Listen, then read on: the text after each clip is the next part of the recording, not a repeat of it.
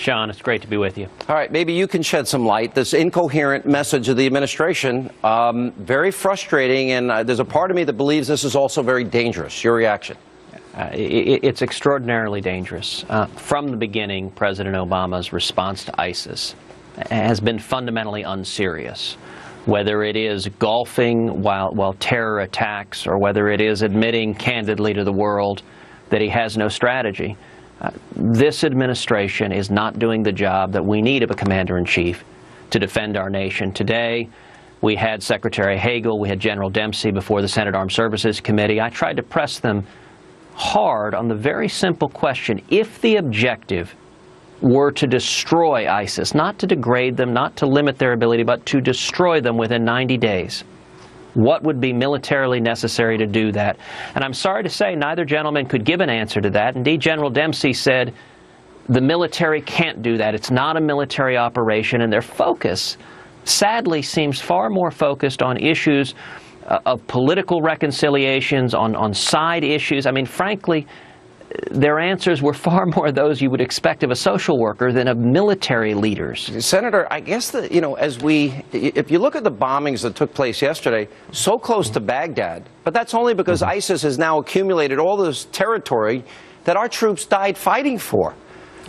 Where's the sense of urgency? Where's the sense of urgency for securing our border, and we'll get into this with Congressman Gutierrez later, considering that it's so wide open, we're told that people from Yemen, Syria, Afghanistan, and Pakistan are coming in. Aren't these problems we need to solve if we want to keep the American people safe? Absolutely. And you're right. There is no sense of urgency, no sense of seriousness. We've seen ISIS go from roughly 10,000 fighters to now north of 30,000. And the administration's approach, ISIS right now is the face of evil. They are crucifying Christians. They are persecuting Christians. They are beheading children. They have beheaded 2 American journalists on the global stage, and they have promised to take jihad to our shores. And the administration's response, they deal with this as a PR matter. Drop a bomb here, send a missile there.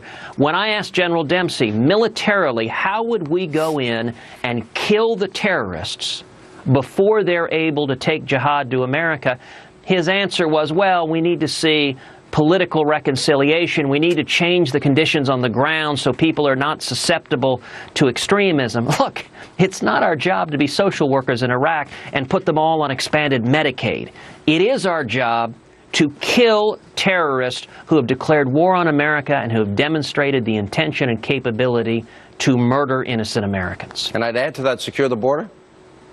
Absolutely to secure the border. And this is an administration who resolutely refuses to secure the border. I'll tell you, the morale, as you know well, in the Border Patrol is at an all-time low because the political appointees are telling them not to do their job. And Sean, what we ought to see in the Senate this week, I've introduced legislation that provides that any American who takes up arms with ISIS has, through doing so, forfeited his or her U.S. citizenship. We should not be letting people with U.S. passports come back from fighting with ISIS and carry out acts of terror here. All right. Senator, good to see you. Appreciate it.